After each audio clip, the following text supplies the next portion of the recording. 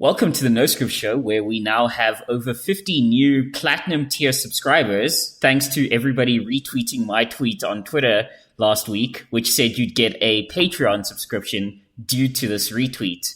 Too bad we don't have a Patreon. Welcome to the No Script Show, Conscious Caracal. Thank you very much for having me on again. Always a pleasure, and I look forward to whatever we pull from the ether during this discussion. Yeah, that intro speech was. I retweeted a thing of a cop pulling a guy over with his wife who had worked with the cops to say, pull him over to say you have a new baby boy on the way. It fits with today, the recording today being Father's Day. And I basically tweeted, I said, everyone who retweets this gets like access to the gold tier or whatever, platinum tier Patreon for the show, which doesn't exist, but I'm glad people retweeted it anyway.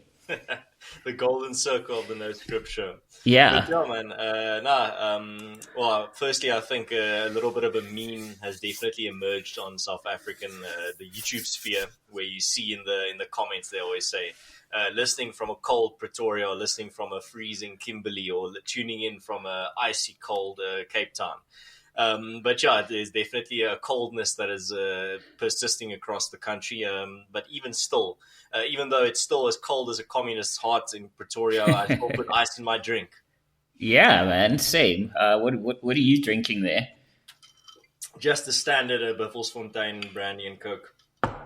Nice. I've got the drink that has made me famous across so many shows and appearances, which is Firewater, aka Fireball Cinnamon Whiskey, which is definitely a whiskey, no matter how much Ruan tries to argue to the counter. So yeah, right, man, and yeah, I think you've become famous for a lot of things, not only your whiskey, but it seems like an increasing amount of people just out of the blue tag you in Wotanisms. or things that resemble Wotanisms. Yeah, I mean, I suppose we should probably start with what a Wotanism even is. I'm not sure. Wait, who actually coined the phrase? I think it was me, dude. Yeah, it might have been you, actually, yeah. But it was years ago, dude, so I can't say with 100% certainty, but I've got a good feeling it might have been me. I also get that feeling. Yeah. I definitely came up with Wotan's Law. That's true. But I think it's only fair we actually explain to anyone who doesn't know what a Wotanism actually is. Right. I think the man that invented the entire format of the insult style, or the counter or rebuttal style, I think you'll be the authority in terms of what it is. Well, I mean, the thing is about me, when it comes to having debates or jokes or whatever, I guess I developed a habit of making sort of comparisons, often of a sexual nature, that are jokes about, like, if you think this is going to happen, well, then you're definitely going to slide in her DMs and succeed type thing. And like, Ramaphosa is the type of guy. Oh yeah, Cyril Ramaphosa is the type of guy, like, yeah, and it kind of just became a thing, and I wasn't really consciously doing it, but like people started taking notice. And then I'm pretty sure it was you who coined it, like from my Twitter handle as Wotan is, that's a total Wotanism. Even I think Kaushik Karan, he's also like top tier Wotanism. Where he's like, so the whole thing now is especially on South African Twitter, is that when somebody makes a funny sort of riffy joke, often insulty or whatever, often of a sexual nature, it's often in a comparison format. Exactly, of a comparison format. It's basically it's now called a Wotanism, and yeah, I mean it's weird that people like make it a thing, because that's just, to me, it's just like the way I speak, just as a joke. And the whole point of Wotanism isn't that it's some high-minded argument or whatever. The whole point of it is to just add flavor or context, or to just sort of throw somebody off balance in the middle of a discussion. It's when people say like, that's not a counterpoint, I'm like, I know it's not a counterpoint, motherfucker. The whole point of it was to just throw you off balance and make people chuckle. Right. And it adds that little bit of banter, or you could almost say a bit of humanity to a discussion. I mean, yes, dude, there aren't many things as boring as listening to a debate without that human element, without that banter element, where it's just technical jargon constantly.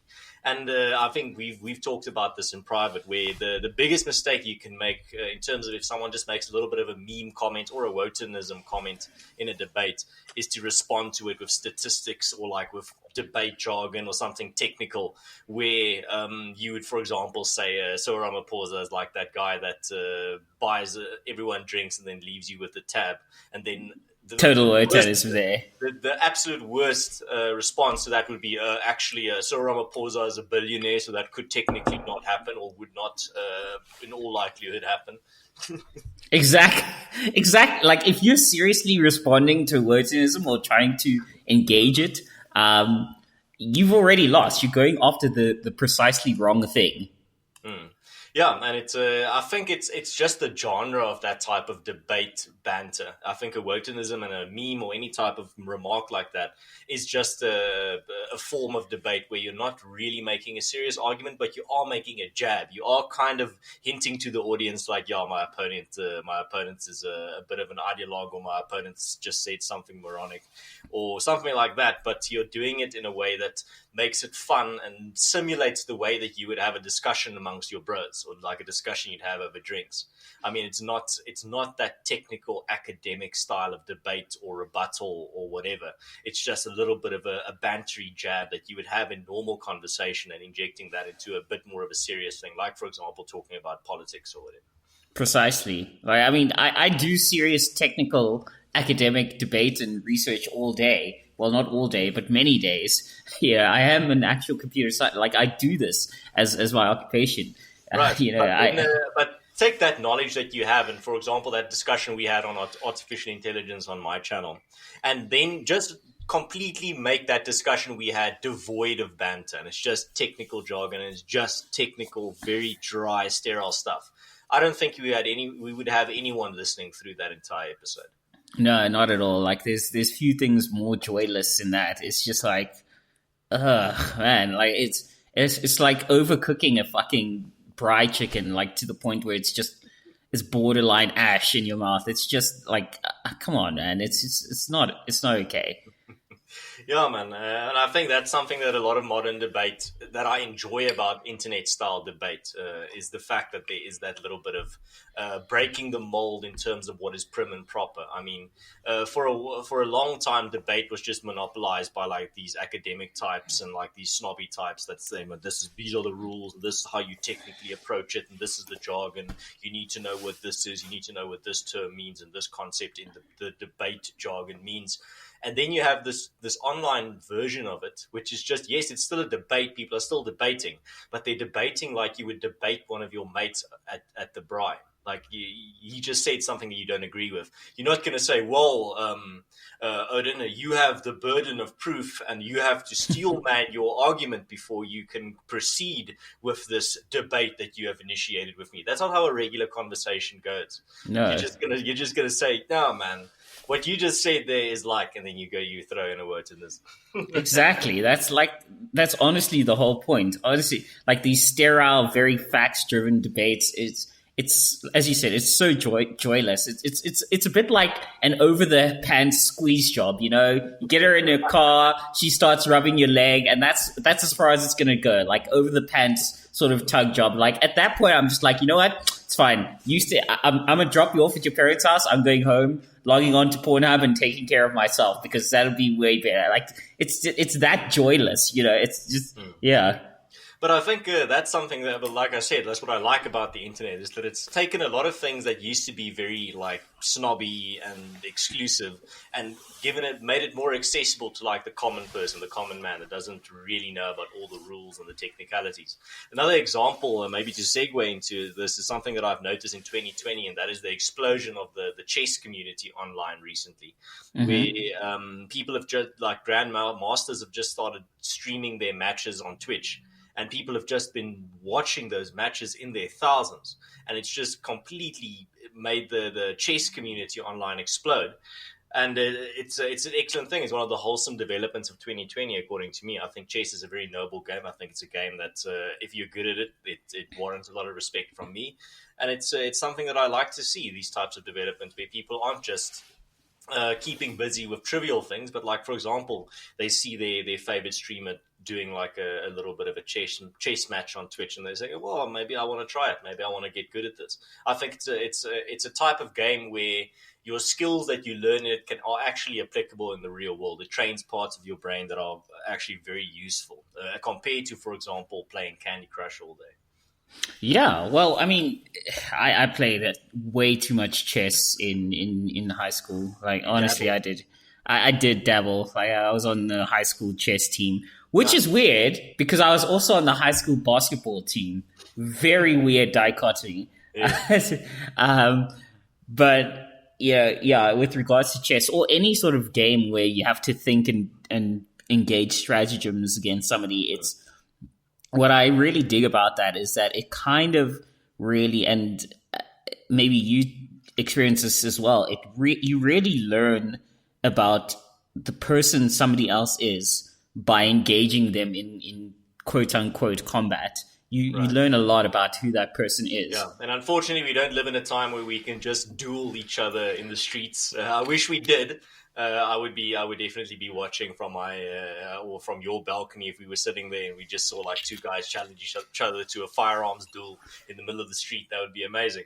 But yeah, but that's the thing, and I think something that also trains this part of your brain, the strategic part of your brain, is strategy games, RTS games specifically. And the types of people that I've played against, I can definitely vouch for or bolster your point, where you said the person's personality factors into that. And that's definitely the case. From all my experience playing against other people in terms of RTS games, their strategies definitely are influenced by their personality. And I've even had matches where I've won the match specifically because I could predict how I thought the other person would play because I know them personally. Right. I mean, I've played with you, and by the way, Command & Conquer Remastered Edition, you, me, and Quentin, we got to get on that. I just bought it. Definitely, I'm going to start buying all my mates the Remastered Edition for Command & Conquer. But yeah, dude. A big shout out to our match, still undefeated champions of the lockdown Age of Empires 2 tournament. Me, you, and Quentin, our team. Absolutely dominating. Shout out to the homies, right? Shout out to our big man Q. Speaking of big man, homie is looking jacked these days. Yeah, dude, you should have him on the show sometime. He's an excellent guest. We should have a discussion about that. I'll join you for that as well. Always enjoyed talking to Mr. Q. But yeah, dude, he's looking good in regards to his fitness, even though he said he wasn't able to access his gym in the past few months. He's That was a nice match where we were in a team and he was providing archer support and you were sending in the cavalry, the French cavalry.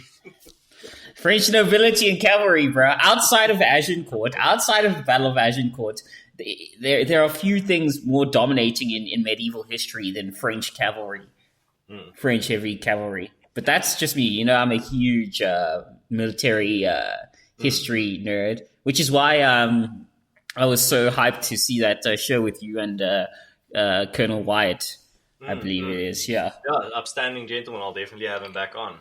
Really cool guy. And I got you guys in contact, so you're probably going to be on his show in the future sometime, I reckon. I'd love to. Yeah, we'll definitely do something if you're keen. Speaking of military history and all that, I actually double checked it and. You look at, like you and I say, like at world. Honestly, I find the First World War far more interesting than the Second World War. But that's just the history nerd in me. And partly because, well, you can, and Dan Carlin, awesome podcast, Hardcore Histories, points out that you can actually admire some of the feats of gallantry of the German military in the First World War. But you can't really admire it's difficult to admire any of the feats of gallantry of the German army in the Second World War because of the cause they were serving. So, but with the First World War and also the American Civil War, it's just so damn interesting to me, like that period of time. And many people don't understand. Oh, by the way, it was shout out to Colonel White. I actually saw his videos on the Battle of Gettysburg. Many people don't realize the Civil War actually wasn't that. It's still America's bloodiest war, but it wasn't that long ago. It was only 156 years ago. When I look at it, I think this was hundreds and hundreds of years ago. You look at the weaponry. Dude, in my mind, I'm like, this is hundreds and hundreds of years ago. No, dude, it was like 156 years ago. it's it just shows how far weaponry has come in the meantime. Exactly. I mean, obviously, everyone from then is dead now, but it wasn't that long ago, actually. Like, from the abolition of slavery to the Civil War to the Civil Rights Movement to now, like, you think, oh, shit. I mean, even here in South Africa with apartheid, like, you think, oh, shit, that was ages ago. Like, no, it was actually, like, just a couple of years ago. Like, I mean, because we're younger, it seems ages ago, but, like... But interesting enough, you said everyone is dead, but I saw a headline just a few weeks ago that the last person to receive a Civil War-era pension died this year. Oh, really? Yeah. Shit. Okay. But yeah, man, I don't know what exactly was at play there. But yeah, man, it's a funny thing when you look at history. You always think things will happen so far back, and then you realize it's actually not. There are technically people still alive. Well, not technically. There are people still alive that experienced both the world wars. Yeah, I mean, to put it in perspective, when I finished my master's degree, and no, guys, this is not a white people guilt trip. When I did my graduation for my master's degree, in 2018, literally the first time my mother and my grandmother set foot on Tux grounds was for my graduation in 2018. Not because they didn't have the mental capacity to pass into Tux, but because of segregation issues, our own segregation issues. I'm like, that is fucking wild. Like, that's literally the first time she's been to Tux. Because I struggle to, but all this shit happened, like, again, very recently. And now his son is saying Tux of Nux. Yeah. Speaking of which, okay, so I'm like a Gen 2 millennial. I think you're a Gen 1 Zoomer. I'm Gen Z, Gen 1, yeah. Because the thing is, like, there's older millennials. I'm like of the Gen 2 millennials, the younger crop, and you Gen Z. One of the last times we were at Park Acoustics, obviously there's that famous saying, "Tux of Nix." Okay, for our non-Afrikaans speaking and handful of international. By the way, I just googled the show and reviews, and there's like 2 reviews from some lady in the US and some dude, I assume, in Great Britain. I'm like, that's weird, but thank you for the reviews, like 2 5-star reviews. Tux of Nix is just an Afrikaans saying it rhymes in Afrikaans. It just means Tux or nothing. The University of Pretoria or nothing else. Last time we were at not Capital Craft, Park Acoustics, I ran into a dude, like, he had the Tux, like, logo on his shirt. I was like, Tux of Nix. And he turns to me and he's like, Tux of Fichs. I'm like, bro, dial that down. Like, I know you're joking, but... Okay, for those of you who don't know, Fichs is like the Afrikaans word for AIDS, I believe it is. Yeah, it's like either you go to Tix or you get AIDS. I'm like, whoa, maybe we shouldn't evolve the saying down that path. Like, and he looked really young, so I just assumed like maybe this is a Gen 2, Gen Z thing. That I'm like, boy vibe. Yeah, I was like, okay, maybe I'm just getting old now, but we would never say shit like that, and I say a lot of fucked up shit on podcasts. Right. Yeah, man. I've got my grandfather's Tukkies ashtray here next to me with the emblem on it. So yeah, I've got family that went there as well. And yeah, man, it's interesting to see how times change in regards to that type of culture, that type of university vibe. And I think that's pretty much evident there in terms of what you just told in terms of the story. People changing that slogan. But it's interesting always for me to think about how different generations, as they go forward, adopt these types of traditions that universities have and adapt them or abolish them or change them. Not always for the better, sometimes for the worse. And I mean, for example, when I was in Stellenbosch, I could see a lot of changes in regards to, even I was just there for 4 years, and I could see the university culture change in regards to what people were doing in terms to show their patriotism for the university, or whatever you want to call it. And it's something I do support quite strongly in regards to. I do think you need a strong identity when you go to a university. There needs to be that type of camaraderie where you are part of something bigger. I think it's very healthy for someone slotting in, but I also think that whole theme of hierarchy is also important when it comes to a university, especially when you go into first year. You can't just think that you're the smartest on campus and you're the top dog. You need to realize that you're going to an institution that is populated by the smartest people in the country, and you're not that smart. Deal with it. Yeah, 100%, bro. Yeah, like you said, there's changes, sometimes not for like, I don't agree with that changing on the ticks of Nick's saying, like, that's a weird direction to take it in, but okay. But yeah, you do observe these changes over time. Yeah, it's just, it was very shocking to me.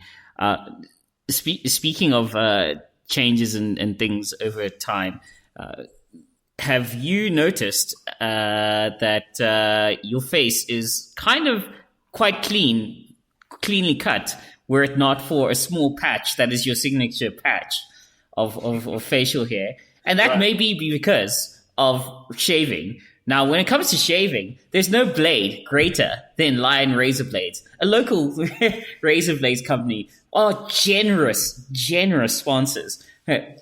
Ladies and gentlemen, let me tell you this, okay? Before I used Lion Razor Blades, I was like 4 foot nothing. Nobody would accept my friend requests on Facebook. Started shaving with Lion Razor Blades. Didn't even have a dick. It just started shaving with Lion Razor Blades. And suddenly, my world changed. I'm telling you, you got to start using Lion Razor Blades. I mean, they gave me a copy for the ad. I'm not even going to read it. I'm just going to tell you my experience. I was 4 foot nothing, gained now I'm 6'5", jacked as all hell because of Lion Razor Blades. Lion Razor Blades, local razor blades company. Well, amongst other things, you got to try it out. Lion Razor Blades for your double-edged razor. Shave with them today. And also, speaking of shaving, seeing as this today is Father's Day, do you have any particular thoughts on Father's Day? Yeah, man. I think the role of fathers in society is very important. I think it's something that is unfairly attacked by the mainstream, specifically in recent years, and I think they are increasing their efforts to try and diminish what fathers do and the role that fathers play. I think it's extremely important, specifically for young men. I think your father should be your role model. He should be the person that tells you not only how the game works, but how to play it right. And that's the role that the father has always played. And I think I can speak for anyone in regard that has a lot of respect for their father. I think your father should be your biggest role model, and I think that's very, very healthy for a young man. It's something that, I mean, you can just look at the statistics. People that grew up without a father are more likely statistically to end up in prison or to end up unemployed. It's a common factor across the board. And I think it's healthy, and it's not just for young men, but for young women as well. Your father should ideally teach you what you should be looking for in a man, in regards to this is how a man should treat you, this is what type of values a man should have, and this is what a good man looks like. So I think it's excellent to see some love spread around for the fathers of South Africa on social media today. I saw a lot of it, and it's wholesome. I think it's very necessary. And on Mother's Day, if we do an episode on the next one, definitely I think mothers also have a very, very important role to play. But it's a father plays a very specific role that a mother could never play, and a mother also plays a very specific role that a father could never play. So, and I think that's very important when it comes to just the societal fabric, and the influence that has on a young child is immeasurable. Well, I mean, I think it's great that you said that, because, as you know, my father, my biological father, passed on fairly early in my life. but I was sort of lucky enough to have enough male role models, in the forms of, uncles and cousins and all that, to that it wasn't a total loss. But And my you've still got you've probably still hear from your mother and people that knew him exactly what type of man he was. So that kind of fills a lot of the void.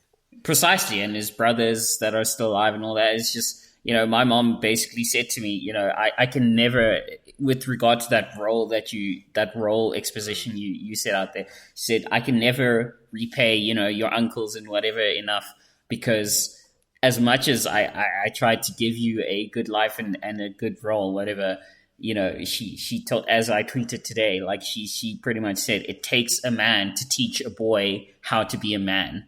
And they stepped in when your father passed on to sort of teach you how to be a man. And I know exactly, man. And that's why maybe I should clarify when I talked about the importance of fathers, it doesn't have to be your biological father. It just needs to be a father figure. Exactly. Yeah. What are your thoughts on Father's Day?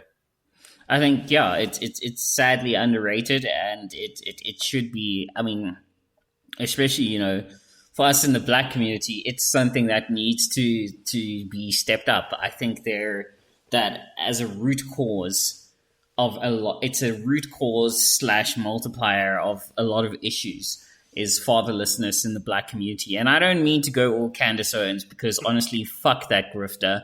But No, what you're saying is true. What you're saying is absolutely true. I think it's something that plagues a lot of communities when their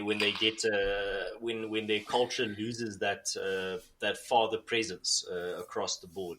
And you can see it in a lot of communities and especially in communities where there was, for example, in the past, a very strong nuclear family, but that started deteriorating. You see then the effects that has on the society. What happens then, whatever the background of that person, if they don't have a father figure in their life or a strong male role model, that young man is going to start looking for that in some way, somewhere else.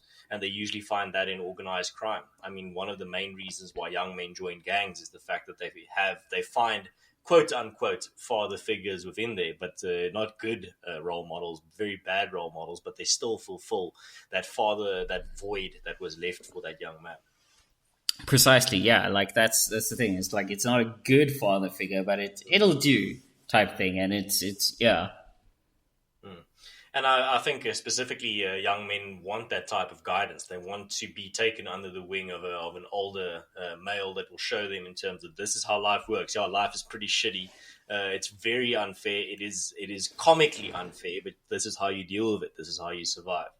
And specifically for men, I mean, that's the type of benefit you get from your male friends as well. The fact that you kind of drudge through the shit together. Shit gets hard and your bros are going to suffer, but you're going to be there for them and they're going to be there for you when times get tough. And I think that's a very distinct dynamic of male friendships, is that type of camaraderie and that type of support where, yeah, life's pretty shit, but we're going to be there for each other. Well, I mean, in that specific context, like you said, obviously an older male figure.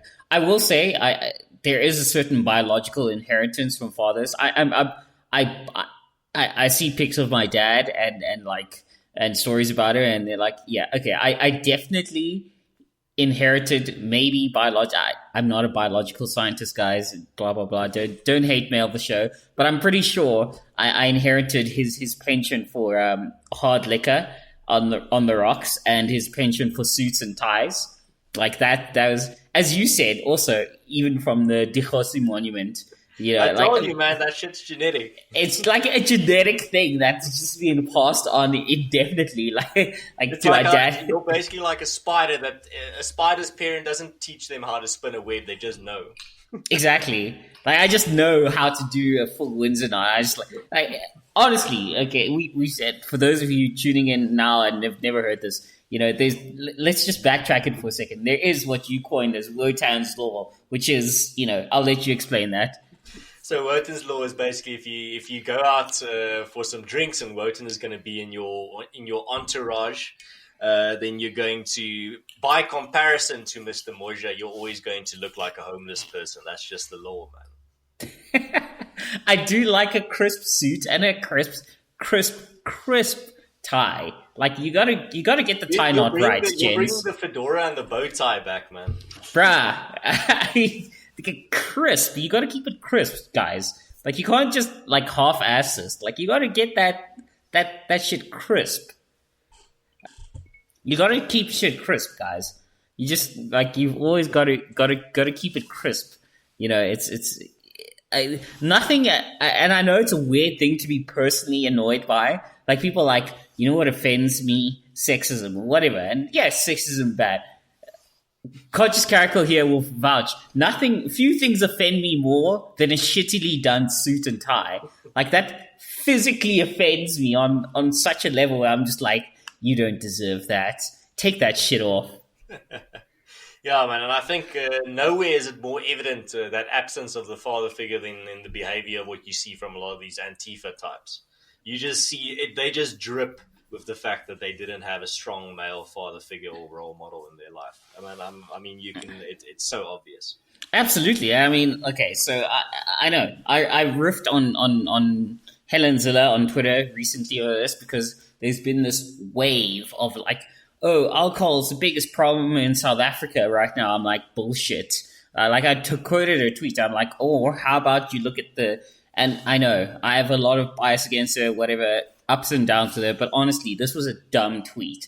Like where she was talking about, with agreeing with, what is it about the normal sort of progression of classical liberalism that's sort of like that's sort of inevitably, like you said from your debate, sort of tweaks to this weird authoritarian, like, anyway, she what was her tweet again? It was something about I agree with Mr. Ramaphosa. Alcohol is a scourge on our country, and pretty much imply, and then later said that alcohol is one of the main causes of crime, and that if we need to have a serious debate about it.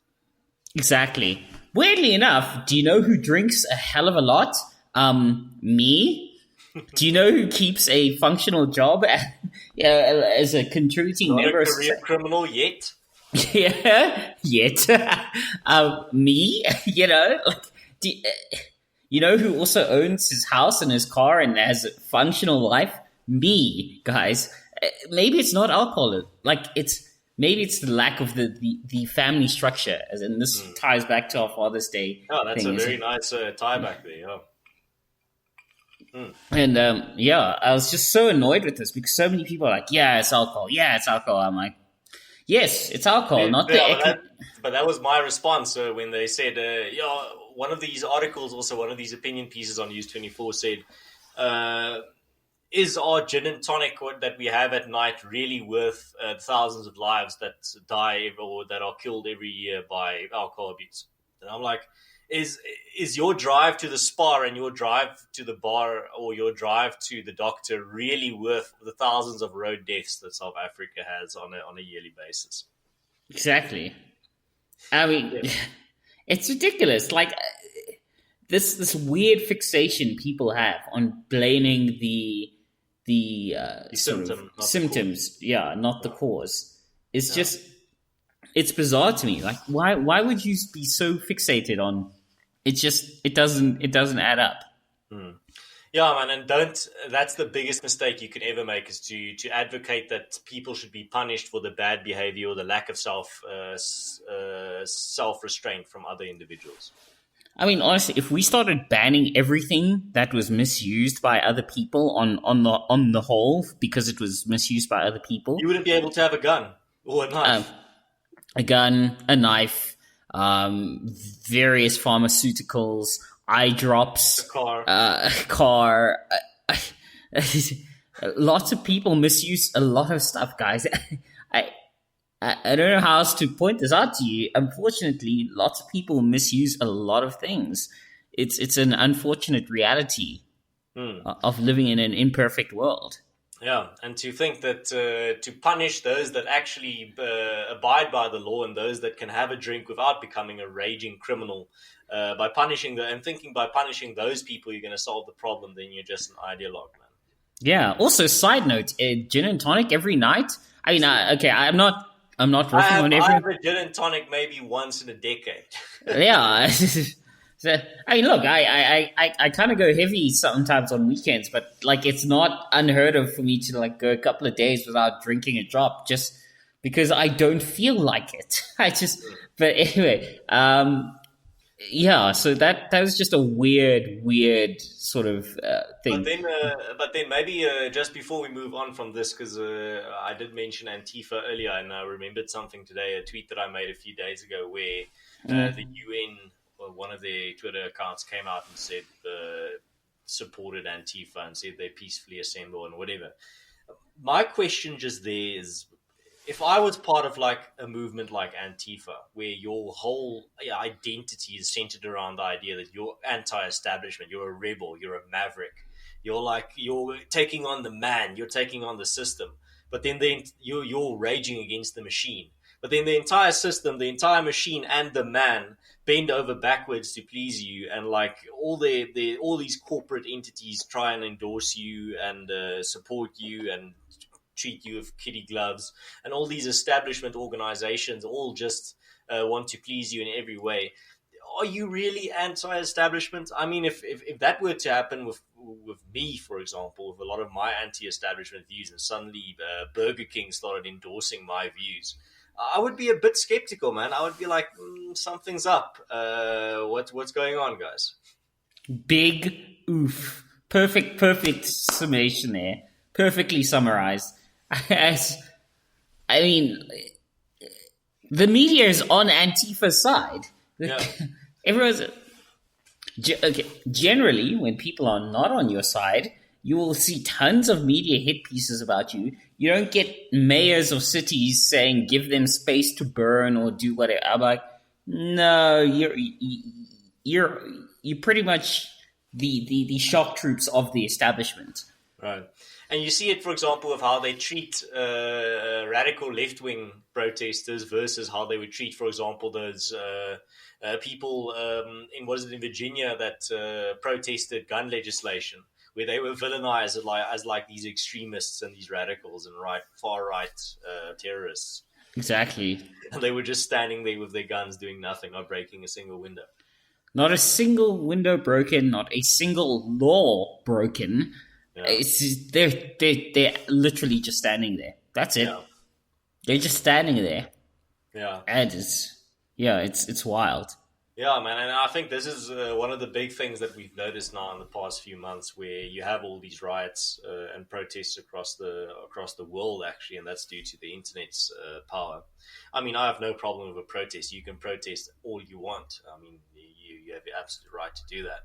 But as soon as you start rioting, and as soon as you start burning shit, and as soon as you start pulling people out of vehicles and assaulting them, then I'm not gonna stand with you. But I think something that we've seen now, especially in terms of the rioting aspect of a lot of these movements across the world in the last month, is the mainstream support for it, the absolute just bending over backwards of it. I mean, if you're going to pull down a George Washington statue, drape an American flag over it, and set it alight, I mean, I would expect the authorities to move in swiftly and arrest you. That's not a protest. That's destruction of public property. 100%. And I mean, there was the other one was they vandalized. What was vandalized? Oh, the Matthias Baldwin statue. Do you know who Matthias Baldwin was? I think I know who you're talking about. It was a guy that fought for equal rights in America, but I can't remember. Pretty much a fairly famous abolitionist. Right.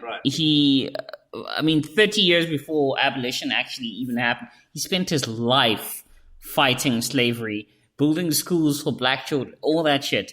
You're gonna pull down his statue? I can almost get your rage when you pull down certain statues, but at the very least, try to not pull down the statues of the people that were on your side in that time period when they had nothing to gain from it. That's It's like the what is it? Also, the 54th Massachusetts Regiment Right. Was also, their monument was also Vandalized, yeah. vandalized. I assume you know. Yeah, I know. Okay, for those of you who don't know, the 54th Massachusetts Regiment was a pretty much all black volunteer regiment of Union soldiers who fought against slave. This is literally a regiment of black men who took up guns and started shooting and killing pro slave drivers, and you're vandalizing their monument, guys. No, man, but my central stance on all of this is just I'm not pro destroying any statues, man. Like if there was, for example, a statue of Lenin in Cape Town, I wouldn't be I wouldn't be supporting it being destroyed. I think any type of I rather believe in building more statues rather than destroying other types of monuments or statues. If there is like a monument to some type of political leader that I didn't endorse personally, I don't think that monument should be destroyed. I don't think it should be abolished. I think it reminds us of the past. It teaches us a very important lesson. So I don't think I would be in support of destroying any type of statue. Don't go to it. Don't see it. Don't like. Rather build your own statue, build something rather than destroy or tear down something.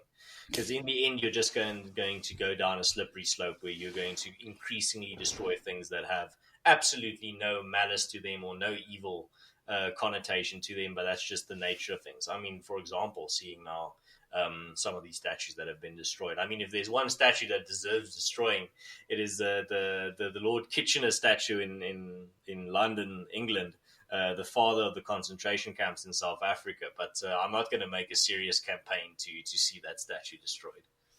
Yeah, I mean, look, okay, for me, I'm in two minds about it. On the one hand, I kind of understand specifically with the Confederate statues, partially because if you're a black person and your taxes are going to maintain that statue, I could kind of understand your ire, because part of your taxes are going towards maintaining that statue. And also because they were in that one video I sent you, like, it wasn't the greatest video, like, technically they were traitors to the country.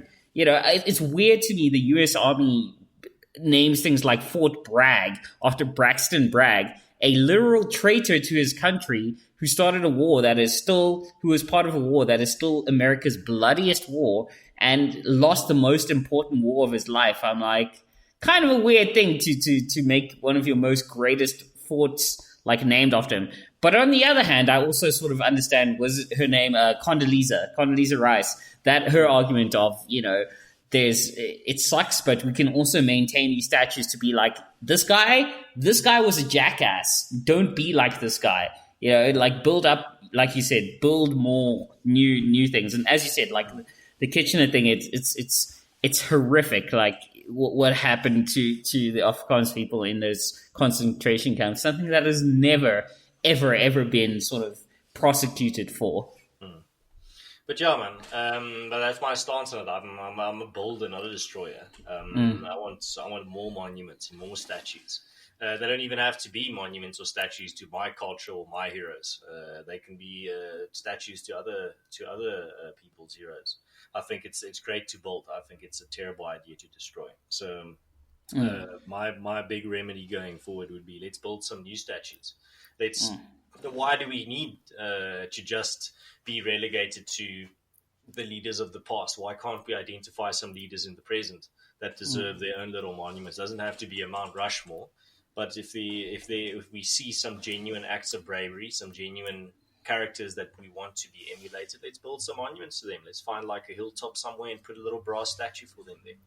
I think it's an excellent idea. I think that's the way we should go forward, rather than just trying to erase the past. In the end, you're always going to fall into that moral relativism of the present trap, where as society, as the history moves forward, a lot of I think every person in history will be frowned upon for some reason if you dig long enough in regards to what they did or what they believed in their time. So let's judge them on the morals of their time rather than our time, because the morals of our time are constantly in flux. Of course. I mean, as I said, like I said, I kind of understand why black taxpayers would want those statues around. But yeah, like you said, it's judge them by the morals of their time, which is why I just want to, right now, since we're talking about Confederacy and all that, I want to send a gigantic shout out to two of my favorite Union generals, which are good old Ulysses S. Grant, because as a man who appreciates whiskey, I love Grant, and because his favorite party trick was just getting wasted on whiskey in the middle of the battlefield, just sitting there directing the battle, like getting fucking wasted on whiskey. Like that guy's got a special part in my heart. And then General Sherman, aka Vernon Sherman, who burned his way through Georgia, because he basically marched through and broke the back of the Confederacy while sitting around smoking fat blunts and just sitting around making jokes. And the reason I'm highlighting these people is because we like to think of these old-timey generals as these sort of dignified guys. I'm like, look at this. This dude was basically just getting wasted all the time on the battlefield, and this other dude was just smoking weed and just destroying Confederate sort of factories and stuff, and just burning his way through the South. I'm like, you guys are just such weird, I don't know, anomalies in your time. It's amazing to me, and that's partially why I love studying history. And as you said, like, I agree with you. Like, we shouldn't totally erase history. I kind of also get the Condoleezza Rice argument. Like, point to that statue. Like, this guy, don't be like this guy. This guy was awesome. And, in time, everybody's a bigot, basically. No, exactly, man. And that's the thing. If you look at history, you're always going to see it's just a story of a bunch of people, man. It's not a story of angels versus demons. I said that to you as well. Like, my new stance from now on is, because my favorite one is the Mandela argument, because now we've reached a point in history where he was either one of three things: one, a sellout to the white people; two, an absolute horrific terrorist that the liberal media have just elevated; or three, an angel, a saint sent by God himself to liberate all the black people. My stance is he was none of those things. He was just a guy in his time doing his shit. That's my new general stance when it comes to historical figures. They were just a person in their time doing their shit. But talking about history, man, you need to come on my show so we can have a history episode. I think that's something that we definitely need to set up. Oh, yeah, for sure. And also talking of history, I was actually looking through, again, my Dan Carlin podcast, and you mentioned something that maybe you can speak to is, and, you can riff on this back and forth if you want, but he mentioned that we basically, as people, like the idea of conspiracy theories. We like the idea that it is an elite group of very rich and powerful people driving the world. Because one of the alternatives is, like with the assassination of the Archduke Franz Ferdinand, which was one of the major drivers of the start of the First World War, the alternative is, instead of elite groups of shadowy figures like puppeteering the world, one of the alternatives is it's just a guy in the right or wrong place at the right or wrong time. We are inherently uncomfortable with the idea that just one rando fucker, like just not even a remarkable person, just one random dude could spark something that changes humanity's path irrevocably. And I was like, that quote stuck with me. I'm just like, that's true. Like, maybe that's part of why we like, conspiracy theories. It's more comforting to think that it's this shadowy group of super rich and powerful people rather than just, it could be you or me, just some random dude that does one thing one afternoon that changes everything forever. Yeah, man, I do think there's a lot of conspiracies going on out there, some pretty big real ones. in the genuine textbook definition of conspiracy. But then at the same time, I also understand why people like conspiracy theories in the fact that not just exactly what you described there, but also you like to have secret knowledge. You like to know something that other people don't. If you know, for example, that Group X is behind everything in the world, then you know something that the majority of people don't. And if you look at, for example, how the human mind is wired, having inside knowledge is something that your brain will reward, because that means you have the edge on your fellow man. And I think that's something that's being exploited by a lot of these conspiracy theories, is the fact that people like to have secret knowledge, to have exclusive knowledge, to know something that the majority of their simpleton people around them don't. I think that's very attractive to a lot of people. Of course, we all want to be special in that regard. It's just it's some weird drive for us to we want to be special in that regard. Right. And it's funny to see how conspiracy theories are not just prevalent on one side of the political spectrum, but everywhere. I mean, you've got the Q conspiracy theorists on the right, which I don't have a lot of time for. And you also have the Russia Gate conspiracy theorists on the left that say that Donald Trump is a puppet of Putin and that he has vodka at Putin's place every week. But there's one distinct difference. The conspiracy theorists on the right are fringe. They are in online forums, on social media. They are not in the media. They are not in positions of power. They are not like in mainstream positions. While on the other hand, on the left, you have people spouting conspiracy theories about Russia on CNN, on MSNBC, in the Democratic Party, in positions of power. I mean, it's a clear as day distinction and contrast between the conspiracy theorists on the right and the left.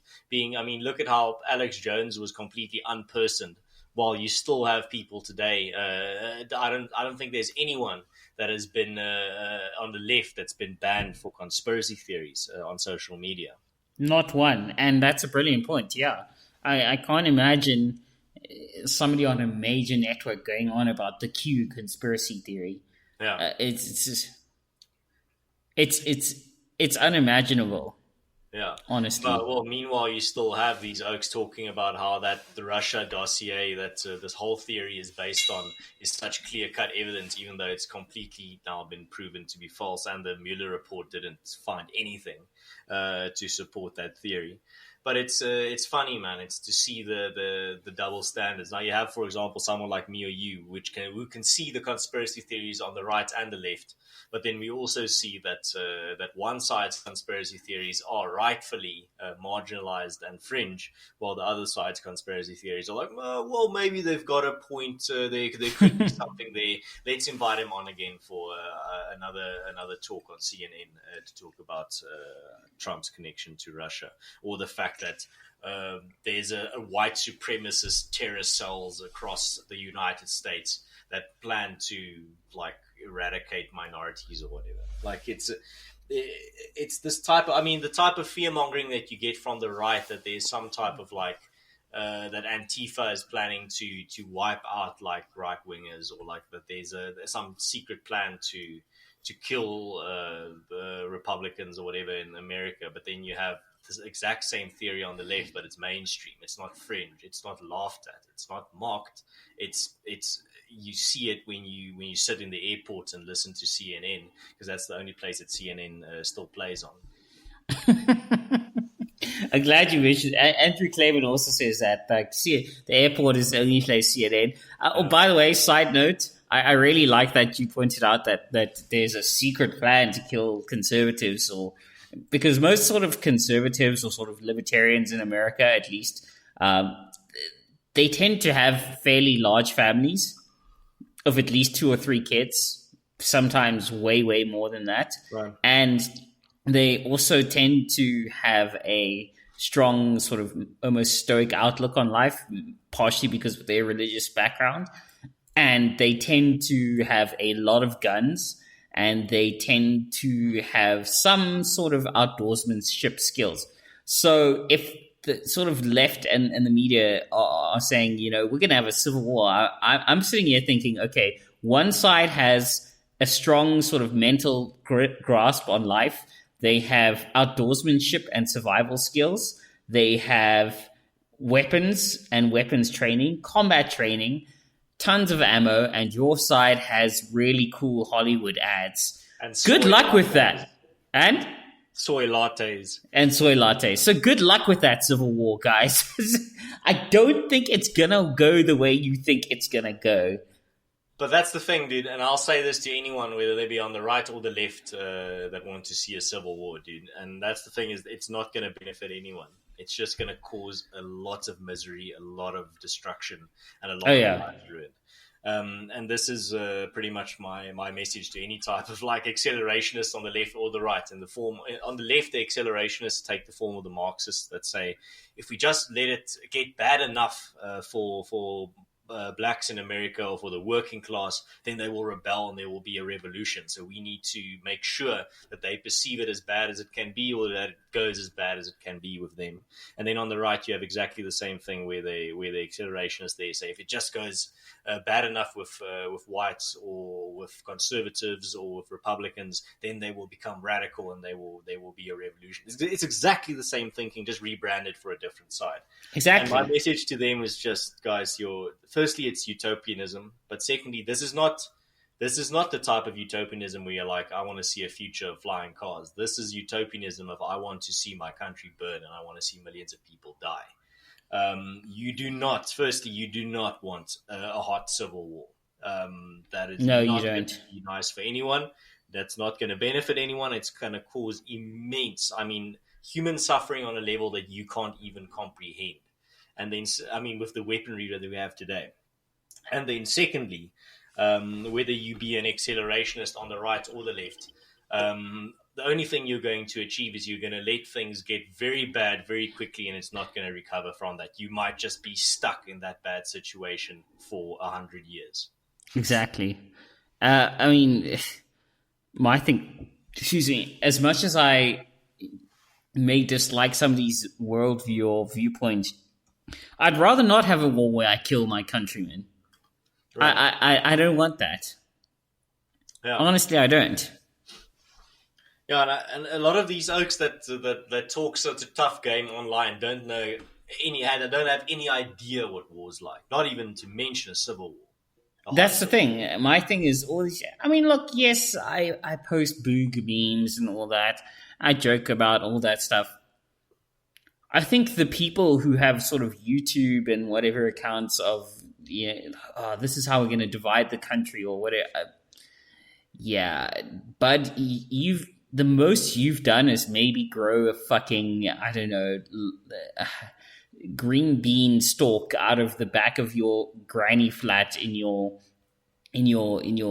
parents' house in Cape Town type thing. You're not ready for actual, etc. My family owns a farm. I know what it takes to actually grow shit and manage animals. Most of these kids wouldn't last long.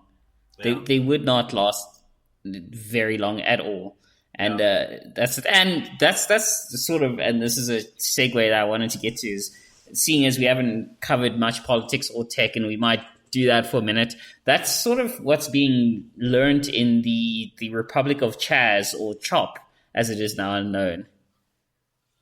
Right, yeah, dude, that's a fascinating case for me, man. That CHAZ. It's now CHOP. It's not. It's gone through a rebranding. Again? Dude. No. I didn't know it changed to CHOP.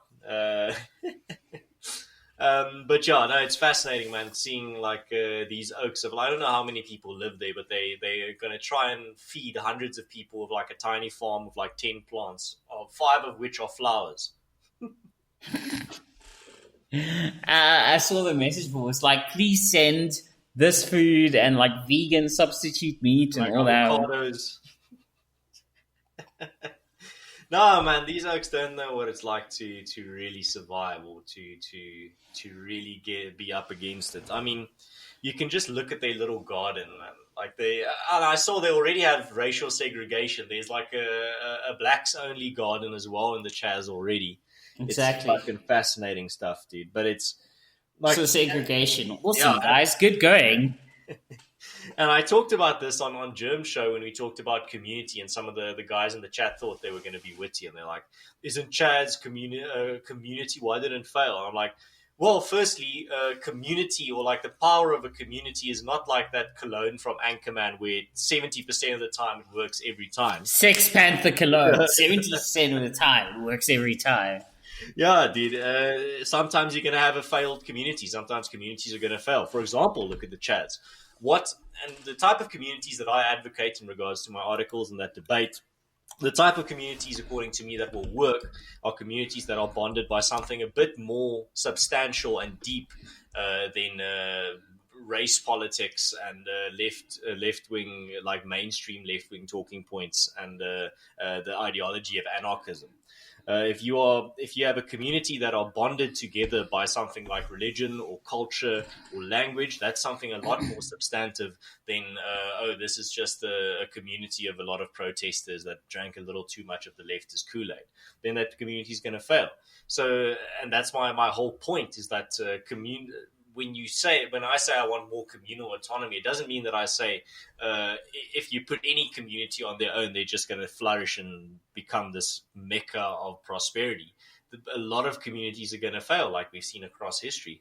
But on average, if you give a community a solid foundation of some shared thing, like, for example, a shared religion or a shared language or a shared set of rules or a shared ideology, a culture, they have a very strong chance of succeeding. But if you take a community like the CHAZ, where those people are not bonded by anything except their radical left-wing ideology, that's not going to work, and it's definitely not going to work.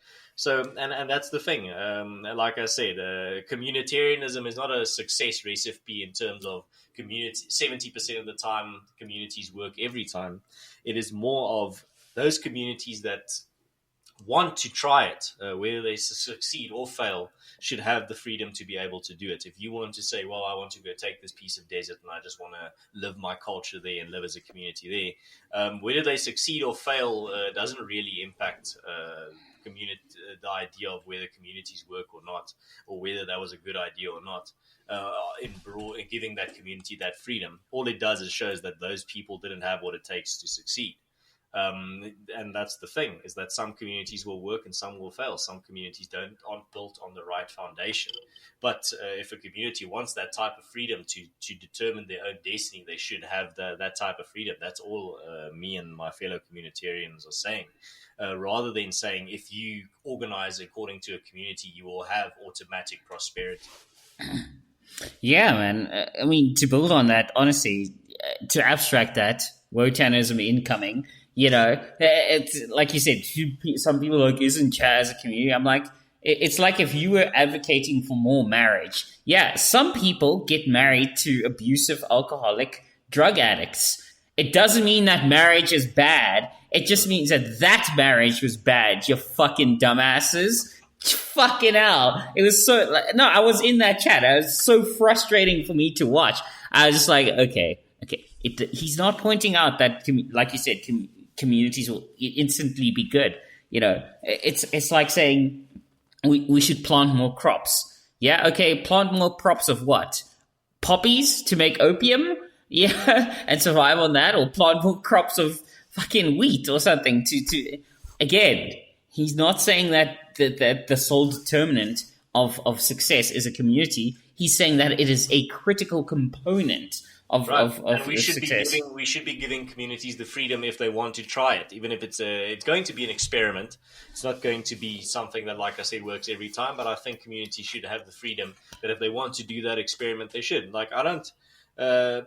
As far as the CHAZ is breaking the law, I have a problem with it. But if I think a better thing that I would have wanted to see them do was they should have just pulled their money together and bought like a big plot of land somewhere in rural America. Say we're going to just create like a country here. I mean, go for it, man. I don't have a problem with that. And you're not disrupting anyone's life. You're not disrupting the businesses that they have in that street or whatever where they're staying. They're not pretty much vandalizing an entire part of taxpayer public buildings. I would have liked them to. I like the idea of people saying, okay, we would just want to create our own community where we want to do things our way. Okay, sure, dude, go buy a little bit of plot of land somewhere in Minnesota or whatever. and try it. I mean, as long as you can't secede, but like as long as you're not breaking the laws of the country, I don't see why you shouldn't be able to create such a community. Yeah, I mean, we saw 156 years ago what happens when you secede, but I'm kidding. But yeah, absolutely. I mean, like I said, like you tagged me in something with someone, and there was something both you and the Goose tag. Shout out to our boy the Goose. Even though I hate his stupid face, I hate his stupid team, and I hate his stupid face actually. But aside from those factors, shout out to our boy the Goose. I love that, like, the minute the Premier League comes back, we're suddenly just super aggressive to each other. Like, it was all fine until, like, Premier League's back. And I was like, fuck this guy. And, yeah, sorry. Yes, as I was saying, the whole thing with secession and all that, it's as you said, you tagged me in something, and I said to somebody, oh boy, wait until they hear about this country called Botswana. Wait until you hear about, because that's really going to trigger you. Yeah. But I mean, yeah, I think that's the solution for the future, man. I think specifically in a world that's becoming increasingly diverse and integrated, I think there should be spaces for people that say, I just want to live on a street where everyone speaks the Tswana and everyone shares my values. I don't think there's anything evil in it. I don't think there's anything wrong in it. As long as there's no state coercion involved and no forceful removal of people based on, specifically using the powers of the state, I don't see anything wrong with it. If people just want to say, well, I just want to go live over there in peace amongst a community of people that share my values, and I'm not going to force anyone out. I'm not going to force anyone to live with me. I'm not going to force people out of my territory, whatever you want to call it. I'm just going to take this empty piece of land, and I just want to live there with people that are like-minded to me. I don't have any problem with it because it's based on freedom. It's not based on state coercion, and that's the main straw man that a lot of people make with this type of communal thinking, and saying, well, that's what the apartheid government thought as well. I'm like, no, the apartheid government is specifically based on the idea that we are going to micromanage people with an extensive technocratic state, and we're going to separate people through coercion, not by letting people just let the free market decide in regards to where people want to live and amongst who they want to live. We're rather going to do like not a social experiment, but like a societal experiment to a large extent. And state coercion is one of the main themes regarding that whole idea. So absolutely not the same thing. Well, I mean, you got into that argument with somebody about your article on communitarianism. And as I said, as my Wotanism on that is, if your issue is whether it's state coercion in terms of integration or segregation, then allow me to suggest you are far more concerned with the make, model, and color of the car rather than the fact that a dude is fucking plowing your wife in said car. Like, focus on the dude fucking your wife in the car rather than the make, model, and color. Like, yeah. But yeah, the reason I actually, sorry, quick segue. The reason I mentioned CHAZ/CHOP, we're going to do our quick politics and then one quick tech topic. The reason I mention that is because recently a video surfaced of paramedics refusing to go into the CHAZ/CHOP to administer medical care to somebody who had been shot in CHAZ. By the way, apparently there's now a warlord in there. Who knows? CHAZ/CHOP, and one of the things, and people are like, why won't you go in there? Why won't you save them? Okay, a couple of things, guys. First of all, paramedics' job description does not require them to rush into danger and put their lives into danger. Number two, they're not going to go into, again, which builds on number one, they're not going to go into any area where they won't have police watching their backs while they're administering medical care. And number three, and this is what I thought when I saw this, and they said, the paramedics refused to go in, and they didn't help our friend. I kind of sat down like, first of all, and a lot of people on the right are like, yeah, that's what you get, you hippies or whatever, and then people on the left are like, evil white supremacy. My thought was, okay, one, sucks that this dude died.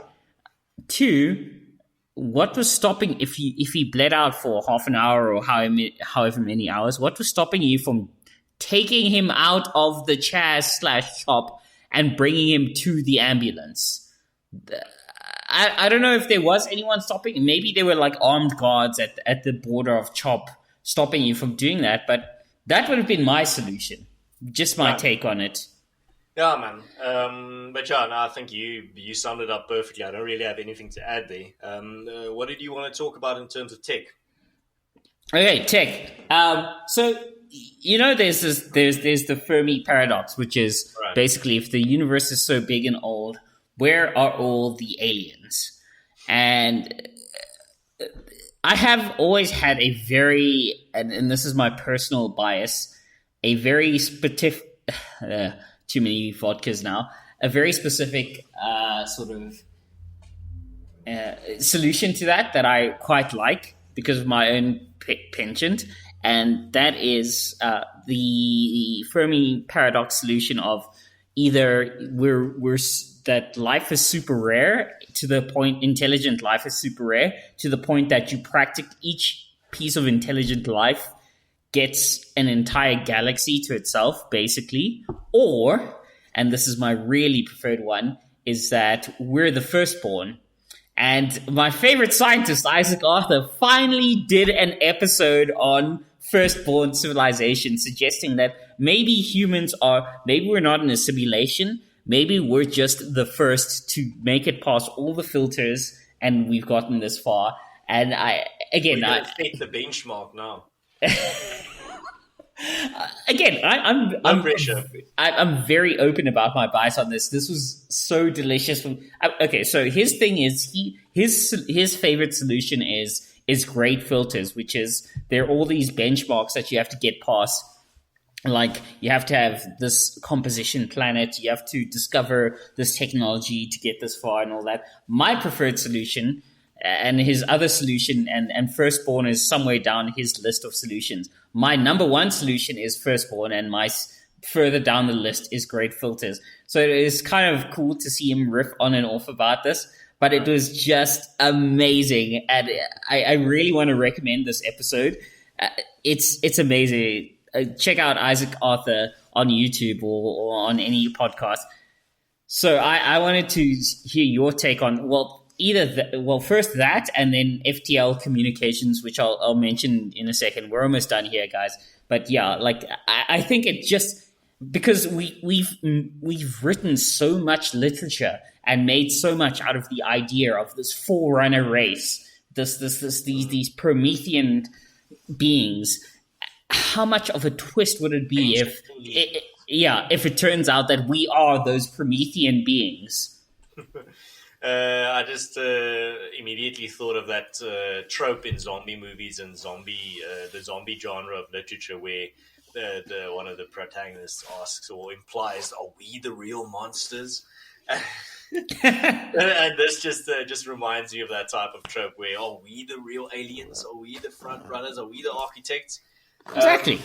Well, firstly, I mean, it's incredibly improbable, but again, it has to happen. Oh, by the way, just before you start explaining, he contextualizes firstborn as in the first to get to our level of technological achievement and self-awareness thing. Because somebody else could have gotten somewhere, somebody else could have gotten to our level, but they're so far away in the universe we'll never contact them. So just to be clear, the first to get to this level in our general local neighborhood. But yeah, continue. Civilization reached the Middle Ages, and then the Black Plague-like disease wiped them out. Exactly. But yeah, for me, I'm very against the idea of sending out our coordinates into space. I really don't like the idea that they've sent out, for example, on the Voyager and other space probes, they've sent out our exact coordinates. I'm with Stephen Hawking on this one, where he said that didn't turn out too well for the Aborigines in Australia. And I think this is a big risk in regards to. I'm pretty sure there's other life out there. Specifically, I also think there are other intelligent civilizations. Maybe not. The universe may not be fraught with them, but there are still some of them there. So I don't like the idea of really being visited by aliens, dude. I don't romanticize it. I think it's going to be more like Mars attacks. Okay. Yeah, but it's just to finish that thought. It's based on that idea that they might be so far ahead of us that when they meet us, relatively, they would not be able to see the difference between us building skyscrapers and ants building anthills. Um, just the relative distance between them and us, and the distance between us and ants. They would be, if you zoom out on a line graph. Later, at one point, some of the lines just start merging because you're just so far out. And but that's the big thought that's been prevailing, is that this race that came before us has to be the super advanced race. But what you're talking about now, and how I'm going to tie this back, is that we are actually that race. We are actually that species that is going to be so far ahead. And we might be visiting a planet one day where the seeds of intelligent life are there, but we're not going to be able to really experience it, because we're going to reach it before that even takes root. Okay, yeah. I mean, I'm glad you mentioned that. It's the it's basically the there's actually a theory of this in science, and I understand Stephen Hawking's argument. I'm not. I'll say that I'm 80% on board with him. Like this is we only get one Earth. We only get one humanity. If we fuck this up, we're done. So I always say it's funny how we are trying to contact extraterrestrial civilizations while we can't even figure out international conflict on our own planet. We're trying to play on hard mode while we're losing on super easy. Yeah, it's fair, and I get that to a certain extent. I'm 80% on board with your opinion, because there is no way to tell what sort of eldritch horrors are out there in the deep dark of space. And yeah, I understand it. Maybe it may have been. I think I can say with a lot of certainty that they're not going to share our morality. That's the thing, because that's the thing. Like when it comes to super advanced civilizations, you have to take in a few things into account. Firstly, maybe they do or don't share our morality, or maybe a certain subsect of that civilization does or doesn't share our morality, and that's what we come into contact with.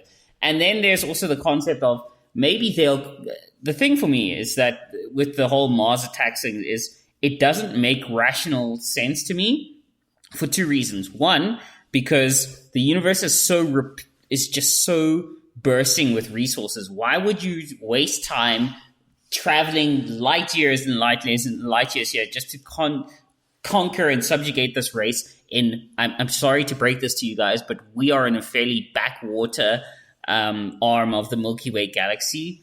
I was like, okay, I kind of get it. It's again, I'm 80% on board. We have no idea what eldritch horrors are out there, but why would you travel all these? Because if you travel to us, if you pick up our probe and you travel to us, in the time it takes you to get here, we would have advanced and changed so much. You have no idea what you're coming against.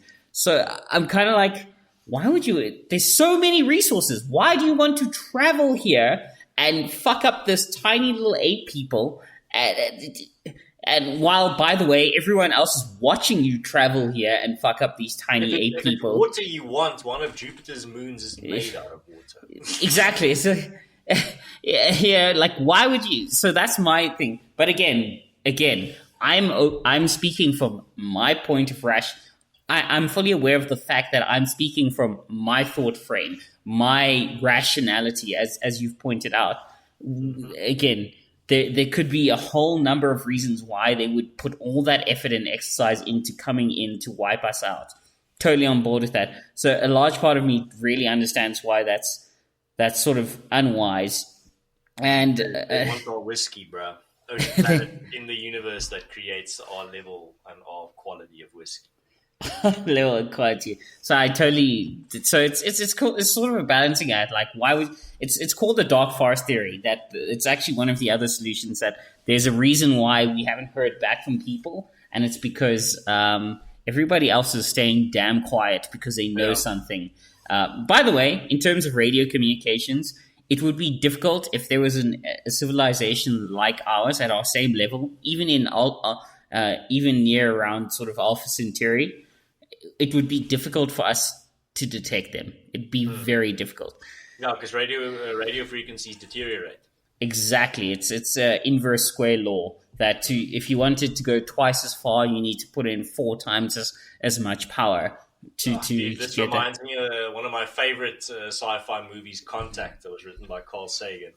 Yeah, dude, my favorite scene in that movie is the extraterrestrial civilization has picked up our radio signals, and they want to try and communicate with us, so they just send a mimic signal back to us that just mirrors one of our signals, and the signal that they send back to us is literally a picture of a swastika, because that's the first thing that they receive.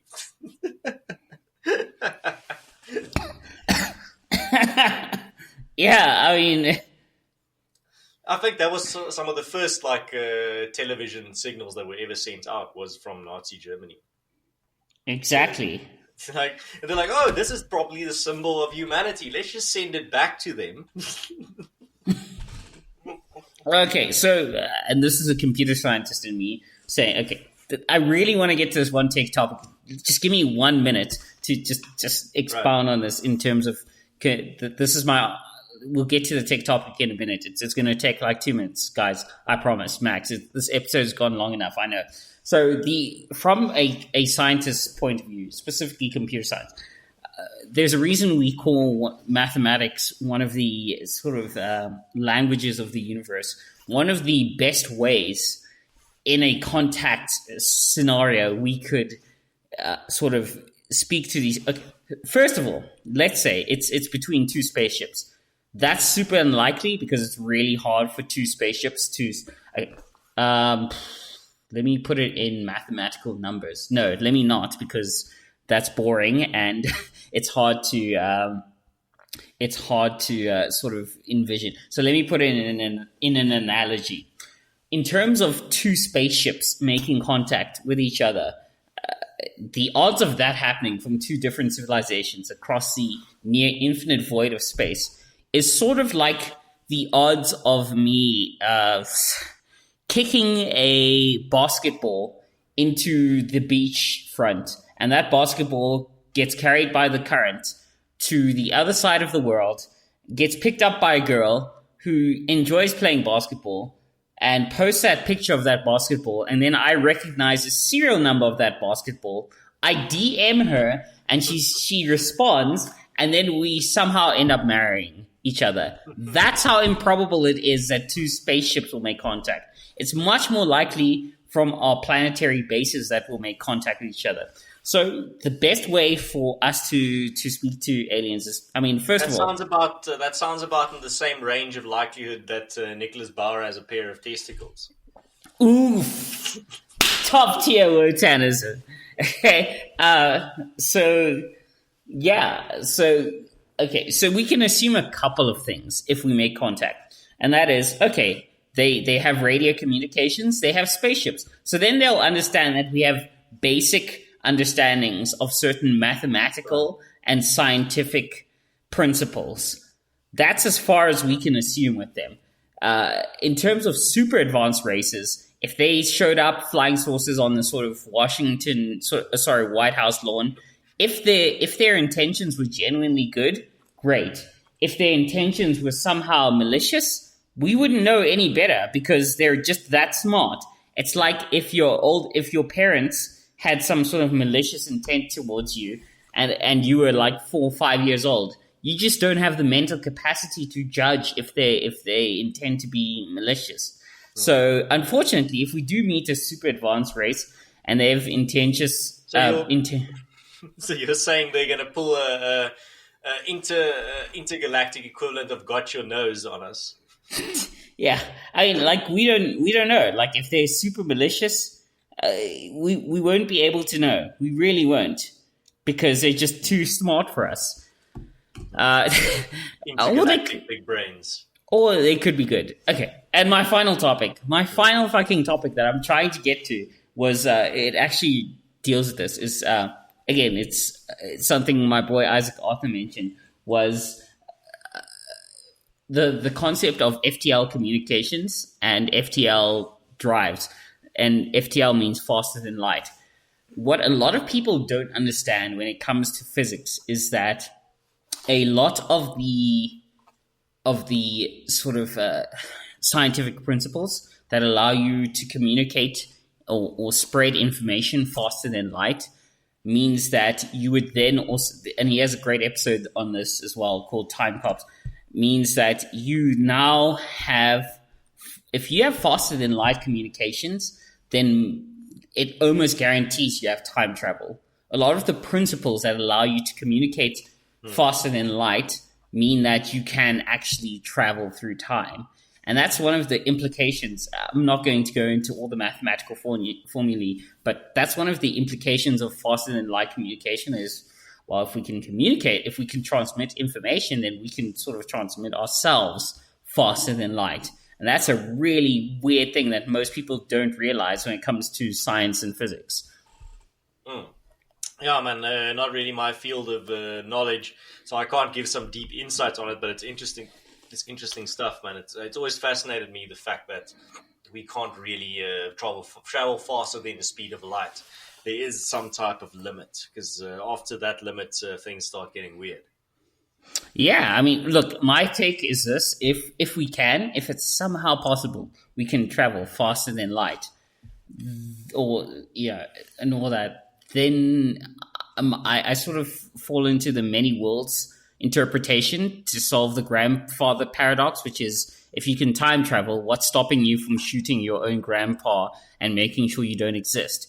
But if you don't exist, you never went back in time to shoot your grandfather. Exactly. So I sit in the sort of many worlds or sort of interpretation, which is, yes, you can time travel and shoot your own grandpa, but the grandpa you are shooting is actually not precisely yours. This is sort of one of the implications of the many worlds interpretation is he's a grandpa of yours that was so close to you that you can't tell the difference, or it's in a timeline so close to yours you can't tell the difference. You shoot him and you go on. That's my thing. Maybe. Yeah, it's always I think one of the most cliche examples that comes up when it comes to that type of time travel and self-correcting stuff is you go back in time and kill Hitler or whatever when he's a baby. But if you were to give me that option to kill some type of tyrannical, world-changing person in the past, I wouldn't do it, because I don't know what the consequences will be. I might as well be creating an even worse world. Exactly. For sure. I mean, okay. Last thing for me, it's sort of, and maybe you can speak to this. I mean, yeah, like you said, you don't know that what you're creating. That people have this weird sort of fixation. If it was just this one thing that changed, history would have been. It's the fallacy of the single cause. No, guys, there's a lot of causes that sort of led up to that. And for example, let's take a tyrant that's not as cliche. Let's take someone like Hugo Chavez in Venezuela, a tyrannical guy. But if, for example, let's say you go back in time and you kill him in his crib, he might as well just be replaced by someone much, much worse that just commits like a fucking atrocious thing like a genocide, and you wouldn't, and you'd be the cause of it. And you know what illustrates this brilliantly is the Command and Conquer Red Alert series, where Albert Einstein travels back in time, kills struggling art student Adolf Hitler, and guess what? The Russians just become the new Nazis. Right. Yeah, it's this fantasy of this single cause, and it's weird that we have this desire to hinge. It's even in relationships, actually. I find, at least now that I'm older, I'm like, people are like, if this one thing hadn't happened, we wouldn't have broken up, or if this one thing hadn't happened, we would have gotten together. Like, no, actually, like years later, if you think back on it, you start, like, even especially with breakups, you start thinking about all the other little factors that led up to that, and you're like, oh, okay, actually, no, it wasn't just that giant one factor that I could have controlled. That, like, right. it was a lot of shit, you know. Yeah, dude. But yeah, I gotta run, dude. I gotta make myself some dinner.